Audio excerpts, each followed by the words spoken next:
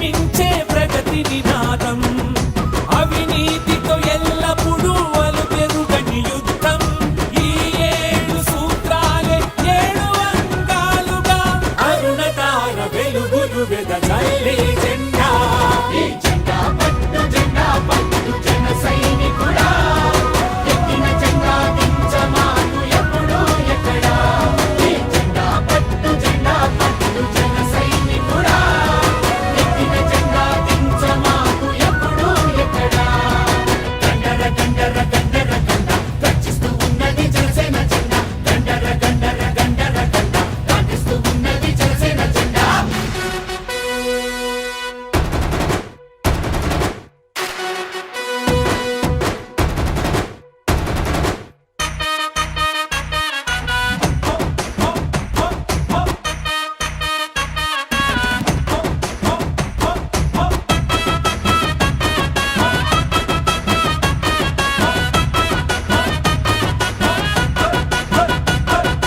తలలెత్తి పైకెగసే తలలెత్తి పైకెగసే అగ్గిలాంటి ధైర్యం జనసేన తెలుగుదేశం ఉమ్మడి అభ్యర్థిగా 38వ వార్డు 3వ వార్డు పర్యటన వార్డులో ఉన్న ప్రజలందరినీ కూడా మా ఇరు పార్టీల నాయకులు కార్యకర్తలు మహిళలు ఎంతో ఉత్సాహంతో ఏర్పాటు చేసి వీధుల్లో మేము పర్యటిస్తున్నప్పుడు ప్రజల నుంచి అశేష స్పందన, వాళ్ళలో ఉన్న ఆవేదన కూడా మనం అర్థం చేసుకోవాలి. ఎందుకంటే అభివృద్ధి కార్యక్రమాలు ఏవి కూడా జరగడం లేదు. కనీసం మౌలిక సదుపాయాలు కల్పించాల్సిన బాధ్యత వీళ్ళు విస్మరించి ఏదో బటన్ నొక్కాం అనే ఒక బూటకపు ప్రచారం చేసుకున్నారు తప్ప స్థానికంగా జరగాల్సిన అభివృద్ధి కార్యక్రమాలు ఏవి కూడా జరగలేదు. ప్రజలు ప్రధానంగా ఈరోజు ఎదుర్కొన్న సమస్యల గురించి వినడానికి కూడా వీళ్ళెవరు కూడా ఓపికగా ప్రజల దగ్గరికి వచ్చి ఎటువంటి ఆలోచనలతోటి ప్రజలు ఎదురు చూస్తున్నారో, ఎటువంటి కార్యక్రమాల కోసం ఎదురు చూస్తున్నారో వాటిని పట్టించుకోలేదు.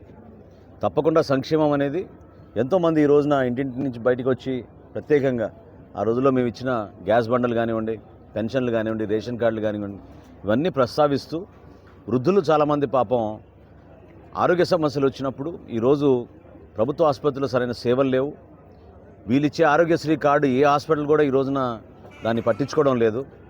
అటువంటి పరిస్థితుల్లో కరోనా తర్వాత చాలామంది పాపం ఆరోగ్య సమస్యలతో ఇబ్బంది పడుతున్న రోజులు.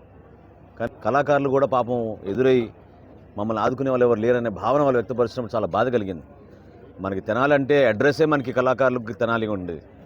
ఎంతోమంది ఎంతో గర్వంగా చెప్పుకునే వాళ్ళు మేము తెనాలి నుంచి వచ్చామని. అటువంటి కళాకారులను కూడా ఈరోజు విస్మరించి వాళ్ళకి సరైన రీతిలో ఆదుకోపోవడం అనేది చాలా మనందరికీ సిగ్గుచేటు. తప్పకుండా రాబోయే రోజుల్లో వీళ్ళందరికీ భరోసా ఇస్తున్నాను.